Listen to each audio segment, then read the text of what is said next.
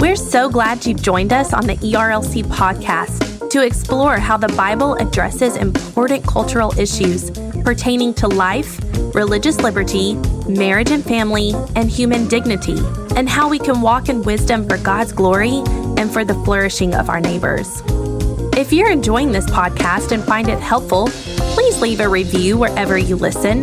This will help more people find and benefit from what we're learning together. We are grateful for the time you take to join us for these conversations.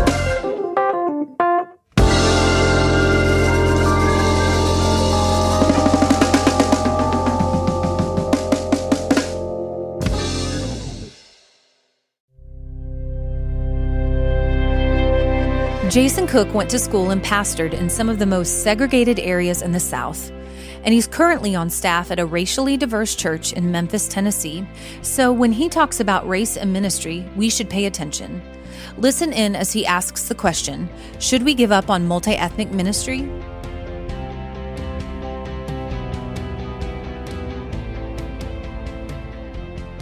My hope is for the next 30 to 35 minutes, perhaps convince you to not do a multi-ethnic church, and then encourage you to continue to press on in the multi-ethnic church, okay? The first half of this talk is a little bit like B-Rabbit in 8 Mile, when he enters the final battle and he basically tells everything about himself first to disarm his opponent so that the mouth of a liar might be stopped. In a similar way, there's a lot of unhealthy expectations we carry into this very noble idea of planting a multi-ethnic church. So I want to spend some time doing that. And then I want to take about 15 to 20 minutes just to answer questions. So as we're going and you've got a question that comes to your mind, feel free to write it down. And here in a moment, we're going to have a microphone just here off the stage to my right, your left. And if you've got a question, then we'll line up at the microphone there. A little bit of information about me, and this will all make sense here in a moment. I grew up in Birmingham, Alabama, in a part of the city where it was predominantly black. It was a neighborhood directly affected by white flight. My father, who grew up in a similar neighborhood, moved us out of the neighborhood to the quote-unquote suburbs, but at the time it was just country. And on the street behind me lived a very proud Klansman who flew the banner, frequently walked around with his regalia on, and who we suspect was the culprit for the deaths of pets and destruction of property. So I grew up in a very racialized Birmingham, Alabama, all right? And it was very polarizing. Really, the only people outside of my family that I really had any relationship with were the few white people that I went to school with, but for the most part, I grew up in a place that said black people hang out with black people, white people hang out with white people. However, being a scholastically inclined young man, I was in gifted classes. Being an athlete, I found myself on teams in these racially diverse spaces. High school, my parents moved us to Northeast Atlanta, and Northeast Atlanta is becoming a melting pot. My county alone in Northeast Atlanta, which is Gwinnett County. We got any Gwinnetians in here? No, that's all right. Gwinnett County, the county alone has 2 million people, and at least half of those people are non-white. So the high school that I went to, all the sports teams that I went to, the churches that I went to were multi-ethnic spaces, right? So God began to birth within me as I felt this pull as a black guy in largely white space, right? And yet, at the same time, a distinctly different black man in black space. So essentially, when I was in middle school, I was essentially too white to hang out with black people and too black to hang out with white people. Now, much of those distinctions were based on stereotypes, which we'll kind of look at here in a moment. I say all that to say, 2 years ago, God called me here to Memphis to become a pastor at Fellowship Memphis, which for the last 10 years has been the model for me in how I desire to not only plant churches, but to do ministry. And the reason that Fellowship Memphis is so unique is that it's a multi-ethnic church that was founded by a trio of men, one of them African American. His name is Brian Loritz. It was founded by those men, and when they decided that it was multi-ethnicity they wanted to pursue, the lead pastor, a white man, told Brian Loritz, a black man, we will never become multi-ethnic until you're the lead pastor. He gave him the keys, and Brian began to drive the church. Now, I say all that to say, today at Fellowship Memphis, we are a multi-ethnic church, and I would contend that the multi-ethnic church is an aspect of King's dream realized. Now, it is the place where we do not truncate race. We don't make little of race and ethnic distinctions.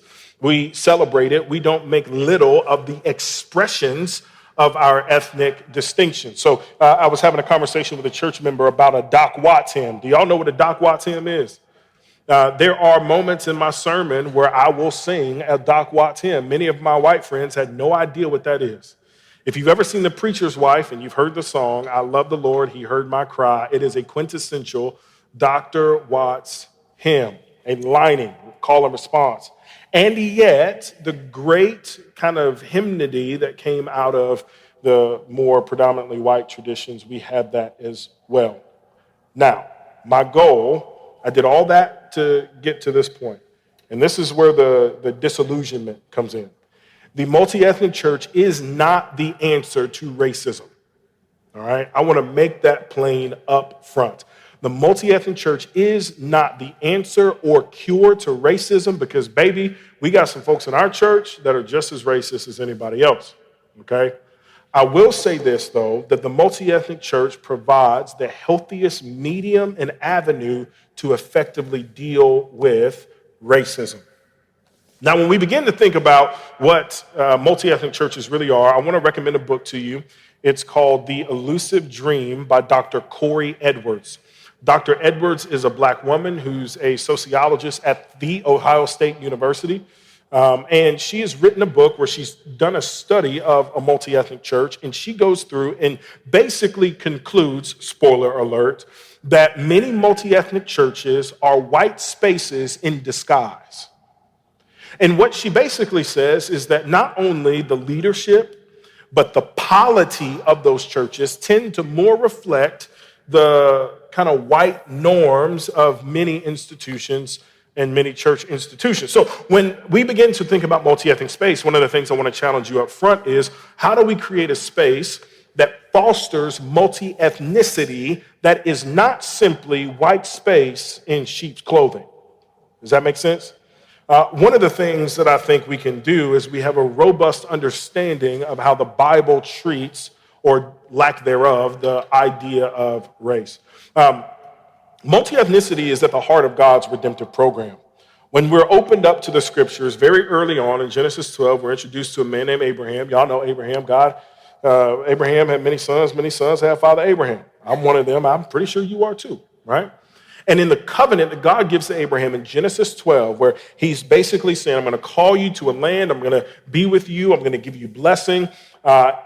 But there's also this really interesting blessing. He said, and through you, the nations will be blessed. Now, if you were to trace the covenants of God from Noah through Abraham, even the Mosaic covenant, onto the Davidic covenant and into the new covenant, there is a blessing for the nations. When you begin to survey the Old Testament and you begin to look at people individually, you see Abraham. Abraham was not a Jew. We begin to consider people like Rahab, who's in the lineage of Jesus, a prostitute who herself is not a Jew. We could go on and talk about Ruth and her Moabite heritage. And over and over and over again, throughout all the scriptures, we find multi-ethnicity is at the heart of God. So I believe we should not give up on the multi-ethnic church, because to give up on the multi-ethnic church is to abandon God's heart. I don't fully believe that for those of us who are called into the multi-ethnic church, and baby, it's a calling because it's hard. It'll be the hardest work that you've ever done. This is just a parenthetical reference. 2016 really rocked us as a church, and I'm going to talk about that here in just a moment.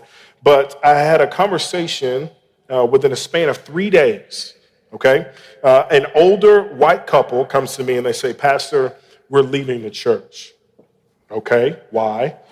Well, we just think that you guys talk about race too much. So I go to this brother, and I'm sitting down with this brother, and we're having breakfast. He cooks me an omelet. It was fire. So we have omelet, we have bacon and coffee, and we're standing there talking, and he's kind of giving me all these reasons, and I'm lovingly kind of pushing back. And ultimately, at the end of the day, he felt the church had changed because he felt we talked about race too much. A day later, I get an email from a black couple in our church, and they want to meet. So we meet, and it was an older black couple, and they say, Pastor, we're leaving your church. Well, why are you leaving the church? Because we don't feel like you talk about race enough. We don't feel like our own interests are being represented, right? So it's a bit of whiplash, right? Now, I play football, so I'm used to hitting grown men as hard as I can. From time to time, you see stars, but you know it's part of it. But when you get into a relational setting where neither people group, if we're just talking black and white here, if neither people group feels comfortable, then what's the proper recourse? The point is, in this work, it's so hard because the end game, the field goal posts continue to move. We might say that the field goals post, the end zone, if you will, of multi-ethnic ministry is Christ-likeness, it is unity, it is reconciliation, which are all really good biblical words, but tell me what that looks like. No one knows. What we're doing in the multi-ethnic church movement, I'm convinced then we have to be solidly convinced from Scripture that this is what God has called us to and that this is at the heart of God. We love Ephesians 2, and the thing about Ephesians 2 that I love is, yes, the dividing wall of hostility being broken down. It is the blood of Christ. Yes, I love that. It is being reconciled. I even like the back part of Ephesians 2, where it talks about that you yourselves are being built into a holy temple to the Lord for God to dwell in. I dig that. But there's one word in Ephesians 2 that blows my mind. And that is the word one. Because Paul's employment of that word is not simply a rehashing of something that used to be. So when we read in Ephesians 2 that Christ has broken down the dividing wall of hostility with himself, making peace between us, right? Making one new man from the two, that one there. It's not like iOS update 11.0.1. Right? Or it's not like the latest version of the Jordan. I don't even know what number Jordans they on, man. I can't afford Jordans. Let's call it Jordan 33.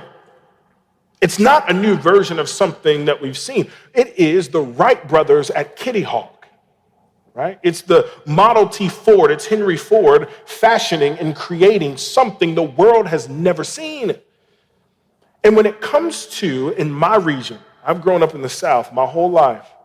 In a racialized society that we live in, no one knows what it really looks like. So, as we endeavor to get there, it's going to mean that we're constantly evaluating, trying new methods and tactics. But if we're not biblically convinced that this is what God has called us to, has called you to, and it means that you must sacrifice everything you prefer on that altar. If we're not willing to do that, then let's not do it. Now, there's a lot of things in my talk that, quite honestly, I had to change because, I ain't realized that Dr. Moore and Charlie was going to bring that heat like that yesterday, right? But I'm convinced that we should not give up on the multi-ethnic church because there is a biblical heavenly mandate, okay? I'm also convinced that we should not give up on the multi-ethnic church because of the missional implications. I was reading this latest issue of National Geographic last week. Yes, I still get National Geographic. I grew up a nerd. I love watching Nat Geo. It's why, you know what I'm saying, I grew up around people that just didn't get me because when everybody else was outside playing, I was reading Time magazine at 7. But this latest issue of National Geographic, I encourage you to get it. It's appropriately entitled The Race Issue. And there are a couple startling revelations that they make as they look at the concept of race. One of the things I loved was they did a segment on Africa, and how Africa itself is the most diverse continent in the world, and how Africans themselves across the diaspora are more diverse than really any other continent can boast. I also thought it was interesting, they posited that by 2044, get this, 2044, that's in 26 years, that non-white Hispanic people, brothers and sisters in this country, will be, for the first time, children under 18, non-white Hispanic, will outnumber white children in America. Now that's interesting. What it tells you is that America is browning and our churches are not. If America is browning and our churches are not, then missionally, just thinking in terms of evangelism, if we're talking about taking the gospel to all tribes, nations, and people, if that includes primarily our immediate context, then how does the church maintain missional clout if the people in the church no longer look like the majority of the population? Now, you bring in the 2016 presidential election, and there are many disillusioned young black men and women, myself included, that continue to look upon our current context with contempt for many reasons. This presidential election was incredibly difficult for our team, and I'll tell you why. I work on a team of pastors. I'm not the lead pastor of our church. John Bryson is. And JB has constructed a team that is multi-ethnic. We are very different people. Even the black people on the team, black folks, y'all know, ain't all black people alike. We are not monolithic. We all think differently. We've got our own personalities. We've got our own opinions. So even the African Americans on our staff all think differently. So the presidential election happens. And the whole time leading up, right, people are saying, we've got to speak, we've got to speak, we've got to speak, we've got to speak. And we've got folks that are speaking. But there's a tension within the multi-ethnic church. When you've got whites who worship in your church, or even, let's just not even assign a racial distinction to them. Let's say you've got Trump voters in your church who are very proud Trump voters, right? But even all Trump voters are not created equal. There are people who held their nose, who wrestled and prayed over that decision, and they ultimately made the decision they felt God was leading them to. And yet, you've got people on the other side who did the exact same thing. Godly people who made the best decision they could. And we're all somewhere kind of smattered in there. Here's the difficult part. This presidential election, it became personal. And it became an assault, and it became an offense on the personhood and dignity of women and black and brown bodies, to the point where we're looking at our brothers and sisters in Christ as if to say, how will you not fight for me? People on our staff disagreeing about what we should do as a church. If you're in a mono-ethnic church, it's a little bit easier to navigate those waters, even if you are on different political pages. But in a multi-ethnic church, what do you do when your staff is divided on what you should do in response to the church? I would maintain that our answers to such questions will play into the missional credibility of our church and your church. So here's what we did. As a team, we came together, we decided what we were going to say, what we were not going to say. And as a team, we came together and we all, because we trusted one another, we made a decision that many of us disagreed with, but we ran with it because for us, the love and unity of our church superseded the need to affirm or deny one political party. Now, when we did that, we had people leave our church. We had people join our church. But the point of the matter is, if your people in your church, particularly minorities, do not feel like their voice is being heard, they will leave. And when you consider that the browning of America will mean that we must increasingly consider and meet our brothers and sisters of color where they are, then that means we've got to change tactics. And why am I focusing so much on minorities? Here's the point. The most vulnerable people in a multi-ethnic church are minorities, because it's minorities who give up the most to become a part of that work. Minorities are giving up aspects of their culture. They're giving up aspects of their person. They're submitting themselves to the onslaught of microaggressions from well-meaning whites in their context. They are themselves taking themselves and risking their own relational credibility with other people who look like them in that space. So if we're to continue to not give up on the multi-ethnic church, then with pastorally sensitive hearts, as we consider and count brothers and sisters better than ourselves, then we must go to them. And I find that when we take care of, when we pray for, when we visit and go see our brothers and sisters in that context, what you find is a people who will endure because they believe the mission and the vision of that church is bigger than themselves. Just another note on missional responsibility of the multi-ethnic church. A buddy of mine went to Ghana a couple of years ago. He is a pastor in Tuscaloosa, Alabama. He is the president of the local NAACP chapter in Tuscaloosa. Solid brother, love this dude. So he's like, hey, I'm going to Ghana. I was like, cool, Doc, let me know how it goes. So he goes to Ghana. I'm seeing all these pictures. They're beautiful. They're wonderful. It looks like so much fun. And we're having a conversation, and he said that the people were surprised to see an African American in Africa. And I thought that was really interesting, that they were surprised to see an African American in Africa, which got me thinking that the multi-ethnic church has implications not just for our ministry in our respective contexts, but it's also got global implications. When you consider the long-range effects of colonialism, where you've got an entire race of people that have been forced to become reliant on the technology and benefactorial beneficence of whites, what you get is a people that have an interesting culture where it's only white faces they see.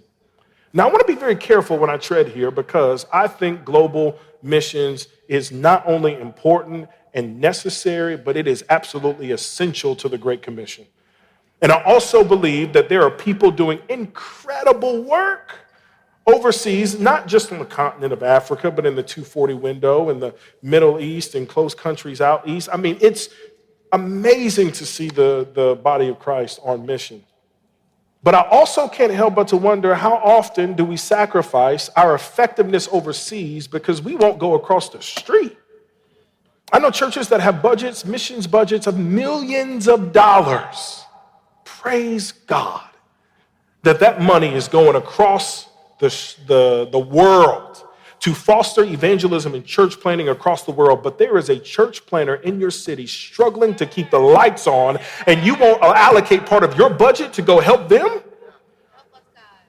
Local church ministry, the missional clout and credibility of the church is at stake. Why would I ever recommend a person of color to submit themselves to the difficulty that exists within the walls of a church that wants to be multi-ethnic and yet has not counted the cost, especially if that means that I've got to give up all of this stuff, and then you're not even going to take care of my own people in this city? You see, the missional implications of the multi-ethnic church, I believe we shouldn't give up on it, because if we take our global visions for evangelism and the Great Commission, and we, at least in part, translate that into a healthy theology of city and context, then what we will find is that our missional efforts abroad will only be buttressed by our efforts on the ground here at home. I think about a story that my friend told me, and as he told me the story of this African woman weeping because she's touching his skin and she can't believe it's real. You're an American, but your skin looks like mine.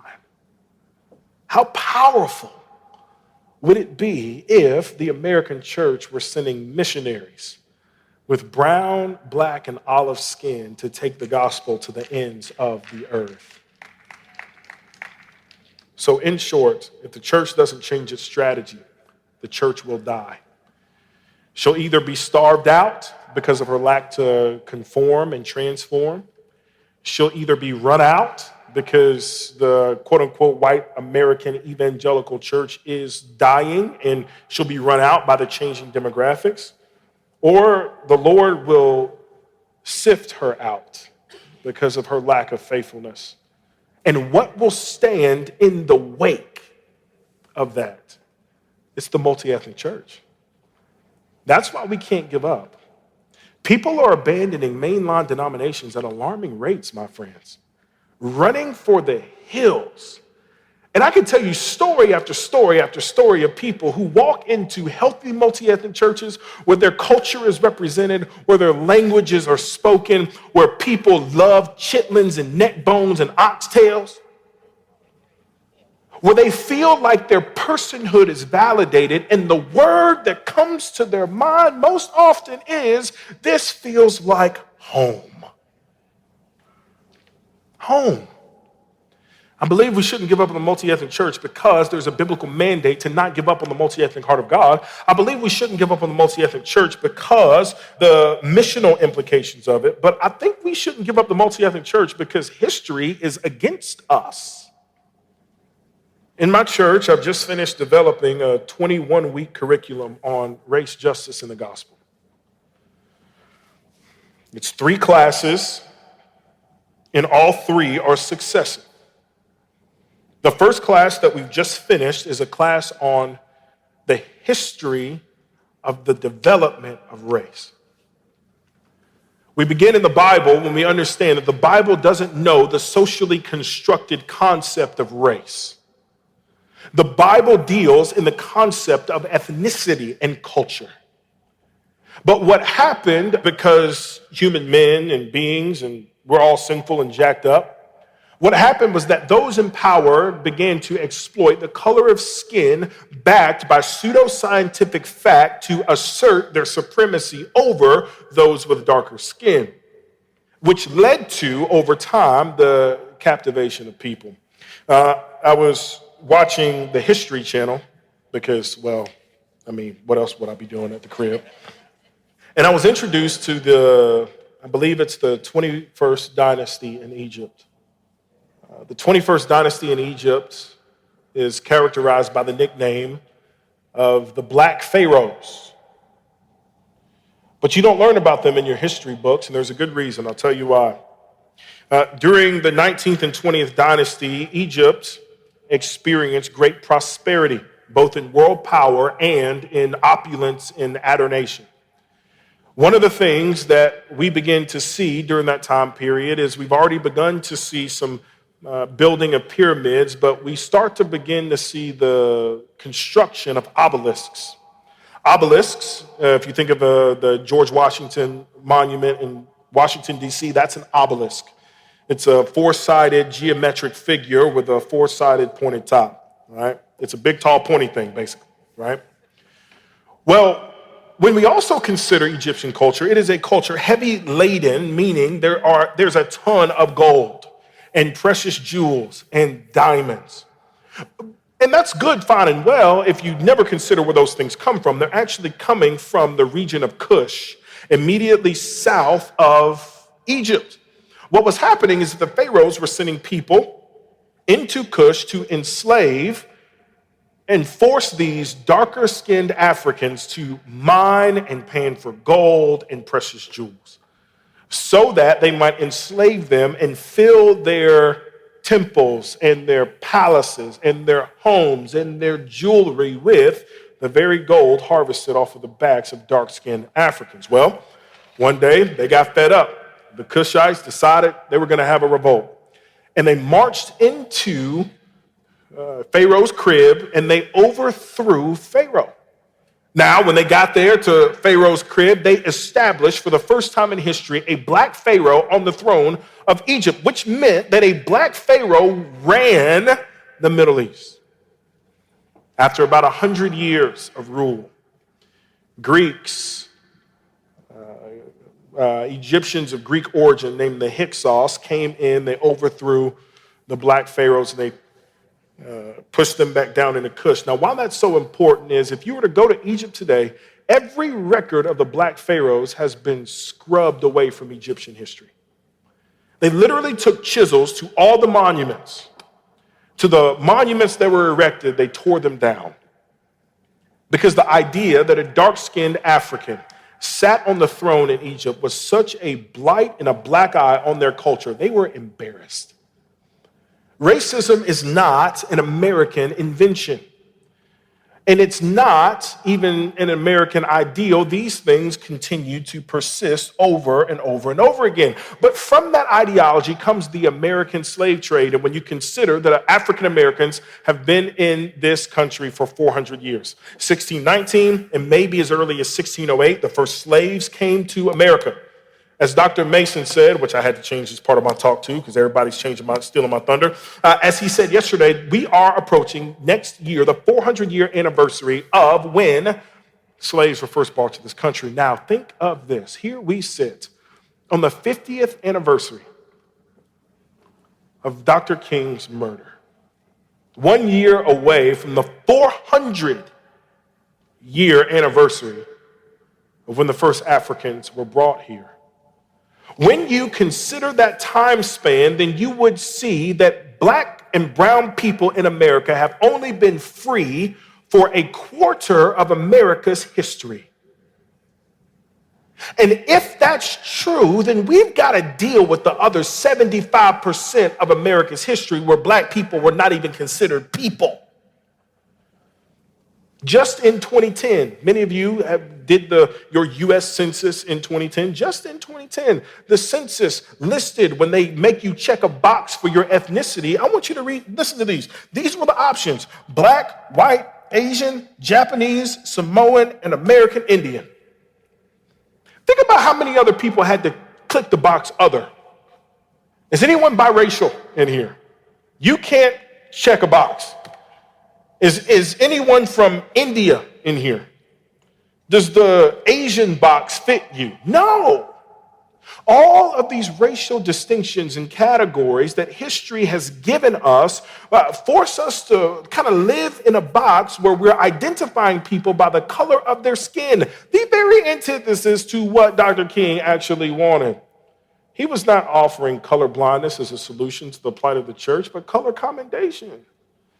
And the multi-ethnic church in the scope of history must stand as a place where we are actively seeking to reverse the abuses and the injustices of our fathers. There is a reason America is against us, but I believe that the cross of Christ and his blood is more powerful than the long-range wiles of history. I believe in the multi-ethnic church. I'm almost finished. I believe in the multi-ethnic church, and we shouldn't give up because there are biblical reasons, because there are missional reasons that history itself is against us. We must push back. But I also think, when I think about why I'm not giving up, I got too much skin in the game, man. I was at a Southern Baptist church. I'm going to put them on blast. I was at a Southern Baptist church in Birmingham just a couple of years ago, where I was asked to come in and start a multi-ethnic church. My wife and I had helped to begin another church on the downtown part in downtown Birmingham, where we, for a long time, were the only people of color. I was asked to come in to help begin a multi-ethnic church work in downtown Birmingham, assured from the front end that we're willing to do what it takes to get there.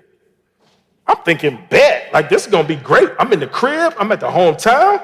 You know what I mean? I'm about to go to Your Mama's and get some chicken and waffles and chop it up with people. By the way, Your Mama's, let me decode. Your Mama's is a restaurant in Birmingham that serves like incredible chicken and waffles. And they got like Your Mama, like Mama makes her own syrup every morning. And it's the one spot in the city where like black and white people mingle. You know what I mean? And then it's a chicken shack in Birmingham too, but less white people going there. But you know what I mean? Like we going in there like we doing the work, right? We're going to do the work. We're going to do the ministry. Like it's going to be great. I get into it and I realize quite quickly that church is unwilling to make the necessary cultural concessions to allow an environment for people to feel at home. And what it did for me is it was a reminder that in this concept of home, I have really no home.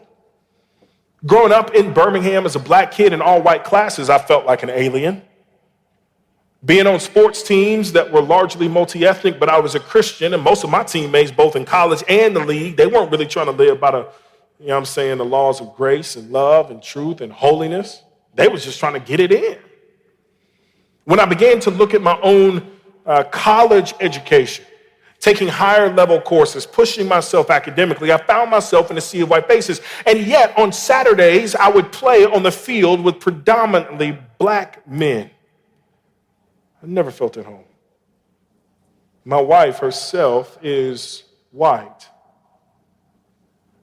And so even within my own culture, there are people who would call me a sellout. I don't feel at home. And when my children grow up, my beautiful mocha swirl babies, as they grow up to try to find their place in this world, they will frequently find themselves the only people of color, the only people with black friends, the only people who look like them. They will not know what home looks like. But is this not the call that Christ calls us to when he tells us that this world is not your home, that we are passing through, we are strangers, we are aliens, we are sojourners as we await for our Lord to crack the sky and return to bring us home? And until we wait, my undying wish is that people in monoethnic cultures would experience what I know to be true at Fellowship Memphis, which is it is the closest thing to home in this earth I've ever felt. Where culture is affirmed, personhood is affirmed. I'm not the only black dude in a sea of white faces, that my wife can't pick me out of a crowd. That my children have friends from other ethnicities, from other nations, that the world is at our church. I want every African American, every Latina American to experience that.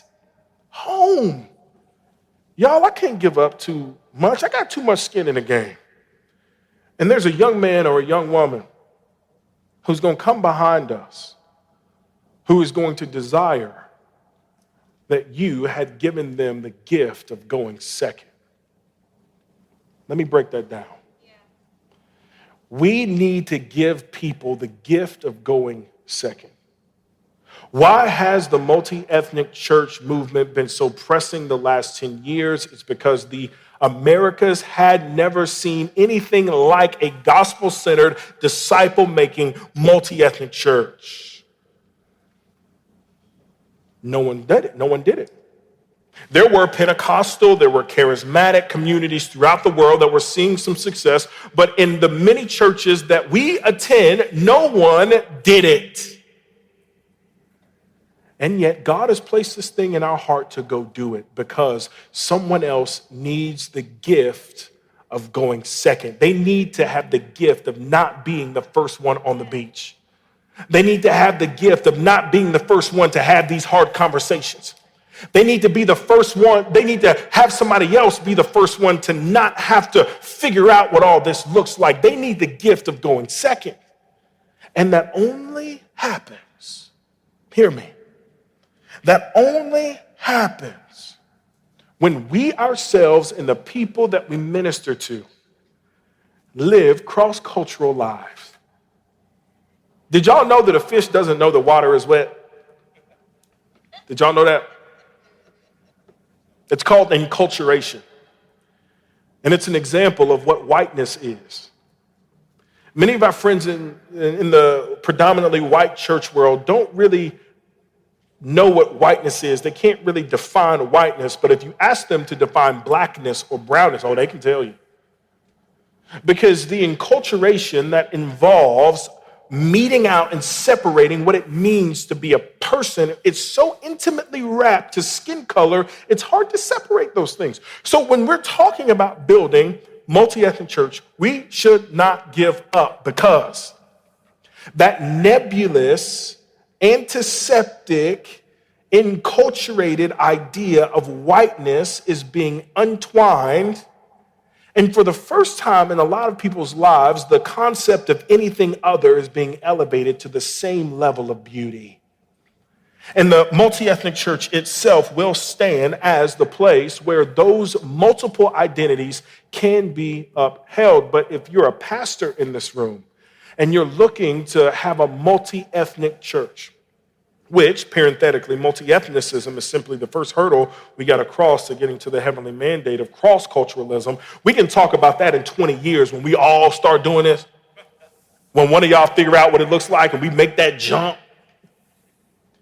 But when I consider what it means to be a preacher, heralding the supremacy of Christ, being an ambassador for Jesus in that space, if we want multi-ethnic churches, healthy, culture, ethnicity affirming multi-ethnic churches, then that means that you yourself must be at least bicultural.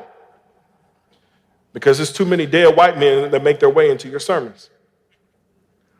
And there's too many references to obscure Friends references in your sermons. There's too many Seinfeld jokes in your sermons.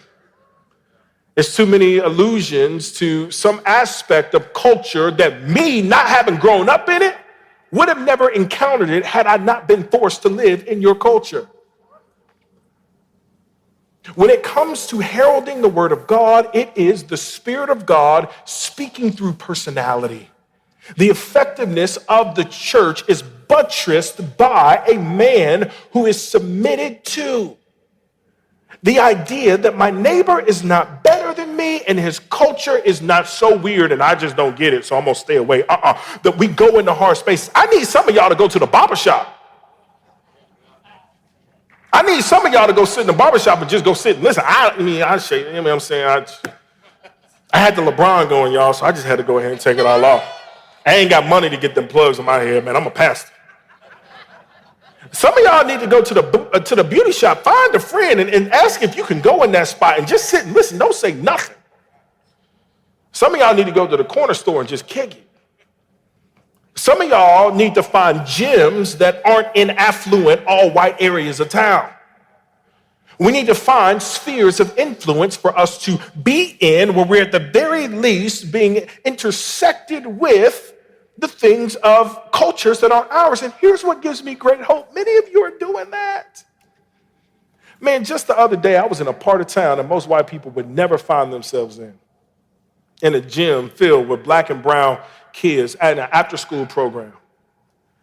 And man, what I saw were young white men and women laboring, not out of paternalism, but out of a genuine care and desire to see the imago Dei in those kids uplifted and for Christ to be known as supreme within their hearts. When I think about this very conference, and I just want y'all to know, it ain't a whole lot of old heads in the room. Have y'all noticed that? It ain't a whole lot of old heads. There's a lot of young folks in here. I'm 32 years old. I am young. I'm going to date myself. I was born the same day the Space Shuttle Challenger exploded, January 28, 1986, which means I'm young. But what I love is that there are young men and women here, you, who are coming to a conference willing to sit and listen and learn. When I look at this conference, I see the future of the American church. I see the future of the Church of Jesus Christ in America that possesses a spirit-led vitality. It possesses a recovery of the human dignity within every man and woman, and it possesses a courage that will not stand by and let injustice slide. I love it. You see, here's the thing. As America Browns and as many of these staunch white churches that are either Protestant or liberal continue to move on and sometimes die out, what it looks like is for this people at this conference in 10 to 20 years, you will be the leaders of the church. You will be the future of the church, and it is a church that loves people. It's a church that loves Jesus. Okay, one last thing, then I'm going to be done. If you're a leader here, and even for those of us who may not be in a position of leadership, but we are those who have influence, I just want to say this. The world is watching. And this is the part about being in a multi-ethnic church. I just want to tell you that's a little bit discouraging, but I used to hit people in their face all day, so it kind of fires me up. Everybody's waiting for you to mess up. Everybody's waiting for you to mess up, to make a mistake. Everybody's waiting for you to fail. And how you respond to that failure is so critical and important. We can either become so tired and weary and worn out that we drop the baton, that we drop the mantle. We get tired of being criticized. We get tired of being maligned. When white people tell us that we talk about race too much, when black people tell us that we don't talk about it enough, and when our Latino and people of East Asian descent feel like they're completely ignored and neglected in our context, you're going to feel like quitting. And it's going to feel like it's a futile endeavor to even begin anything like this. But here's what I would say to you: press on. It is worth it, because if you read the book of Revelation, you get an idea. But what we're talking about is Ephesians 3.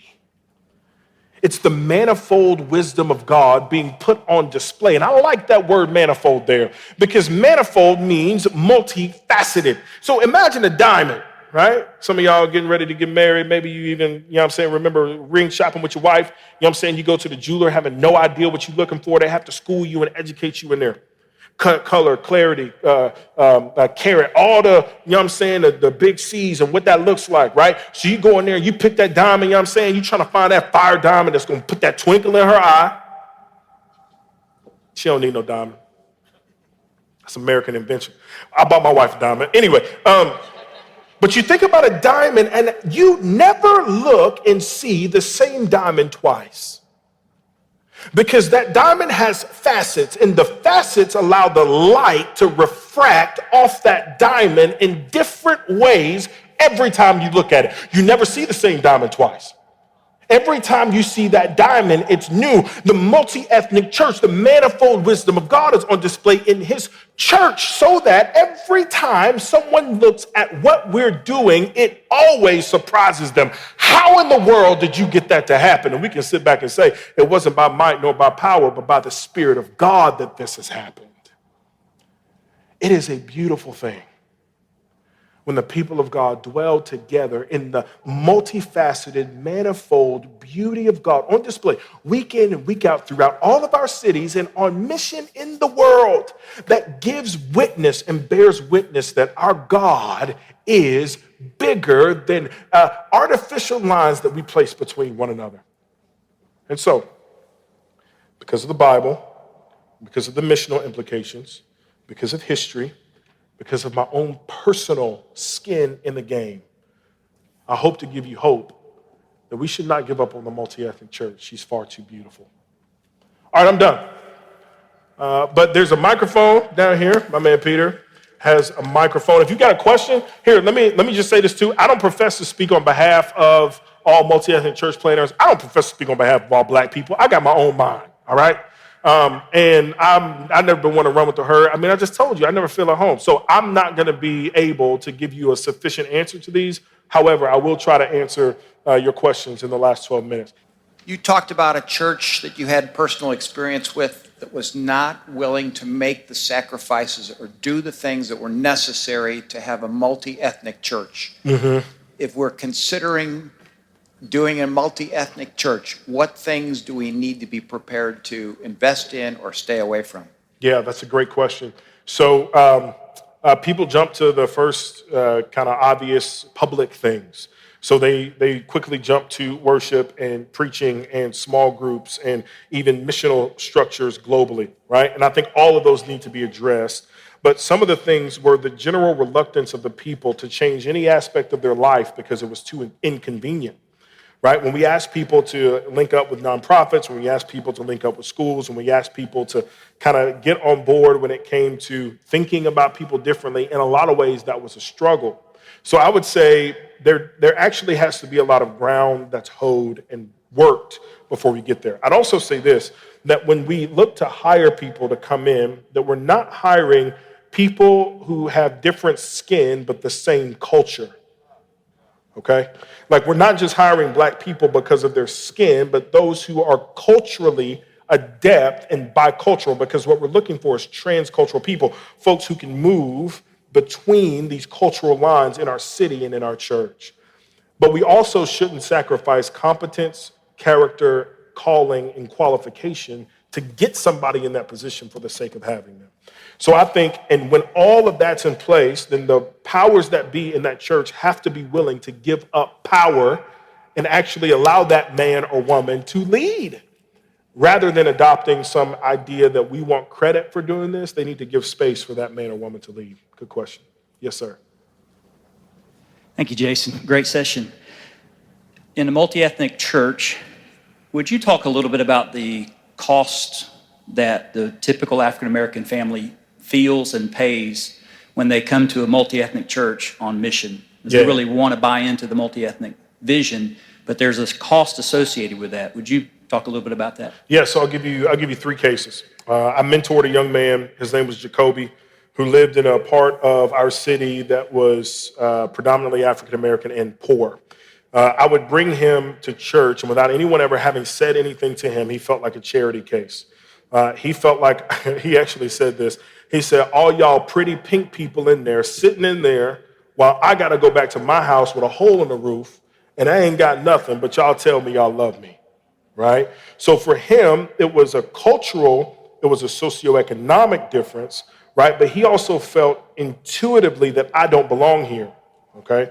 My grandmother came to the church that we helped to start, and my grandmother, may she rest in peace, she came to the church, and it's a beautiful venue. It's kind of a very hipster-esque part of town, exposed brick, wood beams, concrete flooring, the Christmas lights hanging from the ceiling. I mean, just looks like it's a picture out of a hipster gentrification textbook. But she comes in there and she asked me, who's the pastor? I said, I am, Grandma. She said, no, you're not. I said, what you mean? She was like, you're not the one in charge. Who's in charge? And I had to look at my grandmother and point to this other guy over here and say, he's in charge. There is a very distinct aspect where black people can sniff BS a mile away. And power dynamics are so important that if you don't have, in a lot of cases, white submission to black leadership, then your multi-ethnicity can feel truncated at best unless you live a bicultural lifestyle. So when people walked in our church, they instantly sensed the power dynamic and said, yeah, you're not in charge, that dude is, right? So what they give up is a sense of dignity and pride. The reason the black church exists, outside of the fact that in the end of the 18th century, that Absalom Jones and Richard Allen were snatched off their knees during a prayer meeting in Philadelphia, thus creating the African Methodist Episcopal Church. Outside of that, the reason that black churches persist is because it's the one time a week that black people can go where their dignity is not assaulted. It's the one time a week they can go where they can put on, most African Americans have blue collar jobs, so we go into the work field wearing our work clothes and our uniform, but on Sundays we get to dress up and feel like somebody. And when you get to a church that doesn't affirm that, where you get to a church where an event happens and you don't feel that affirmed, then what you're giving up is that feeling of home. And let's just be real, it's a lot of black people that have zero interest in the multi-ethnic church. Zero interest, and that's okay. I'm gonna be the one to say I'm a multi-ethnic church planner. I give my life to multi-ethnicity. And brother, if you feel called to stay in the black church, then praise God. But what African Americans who choose to be in a multi-ethnic church give up is a lot of camaraderie and brotherhood with those people because they don't understand why you would abandon your own. Those are all very hard questions that we've got to deal with and count the cost of before we go into something like this. Well, speaking of the black church, it kind of leads well into my next question. I'll give you a little bit of backstory just to make it quick, brother. I'm going to do it. So I work for a crew, campus ministry. We have ethnic-specific ministries for a multitude of different races. Me personally, I do not agree with them. I don't think they are effective. We currently have around 1% black staff, and you can see that lower income minorities suffer more in these kind of separate ministries. And that's something I've been vocal about. What I've come up against is paternalism. Mm-hmm. And people kind of saying, hey, we need these things. Even though I'm black, hey, black people need these things because they need a safe place But I happen to work in St. Louis, where I hear more racist comments towards white folks than black folks. And so I wanted you to talk about a little bit about how we can help our white brothers and sisters identify paternalism in those kind of statements, but also kind of the minorities' call to cross cultures as well. And so those are my two questions. So going back to something Pastor Chandler said this morning, and I would say it in my own way, you don't know what you don't know until you know what you don't know. Meaning that exposure and education is going to expose us and uncover the veil from our eyes concerning the things that we do and do not know. And oftentimes I find that it's the difference between a tornado and a hurricane. Social media tends to be like a tornado. It blows in very hot, very fast, very fearful, leaves a ton of damage, rather than the hurricane, which is the cumulative effect of wind and rain. When the way that people change is the cumulative effect, right? People rarely change for good after one strong movement, right? So what I would say is, in order for our white brothers and sisters to change, let me first say, I don't think the burden of that is on us.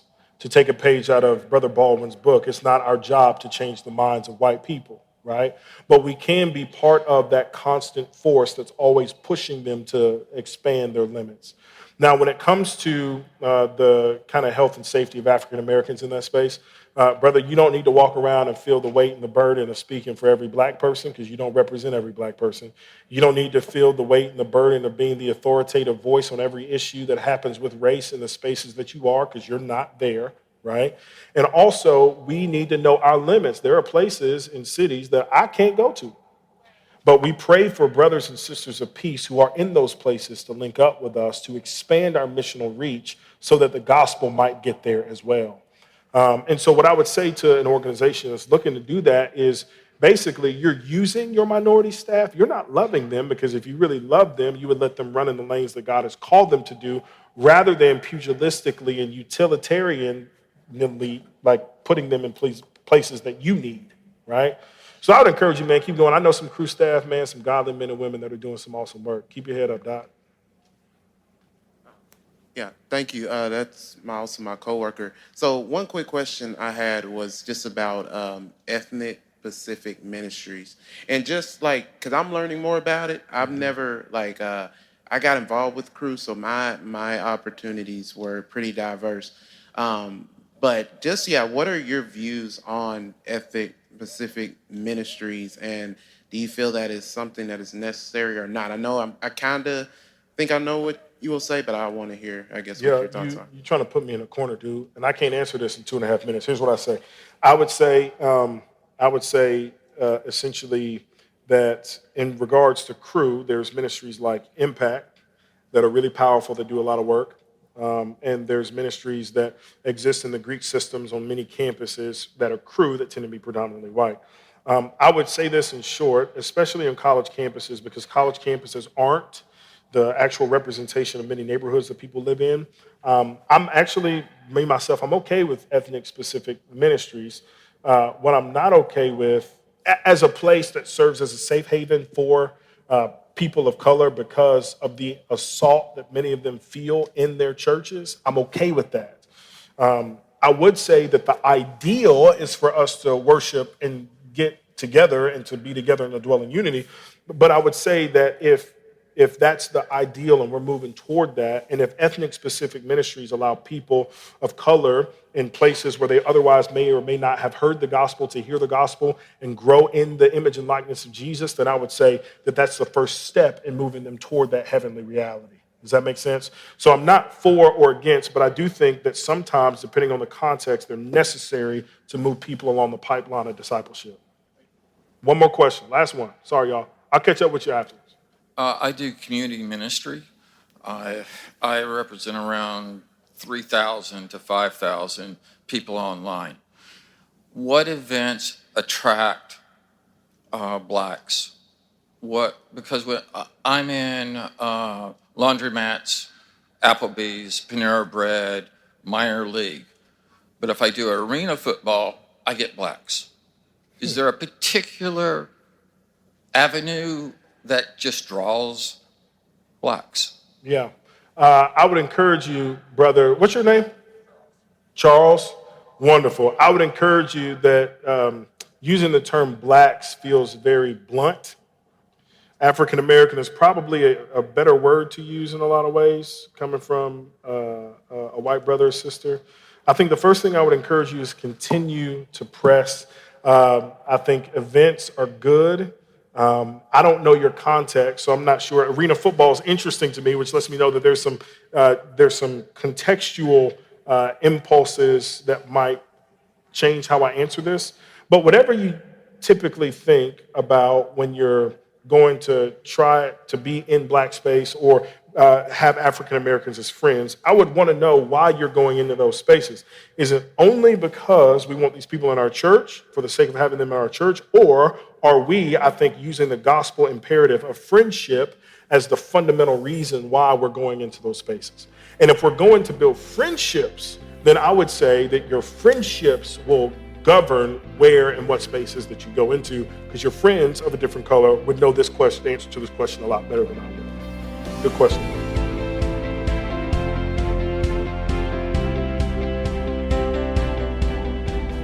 Thanks for listening to the ERLC podcast. Visit us at erlc.com to subscribe or find us on iTunes or Google Play. And don't forget to join us next week as we hear from a panel of people who were a part of the civil rights movement 50 years ago.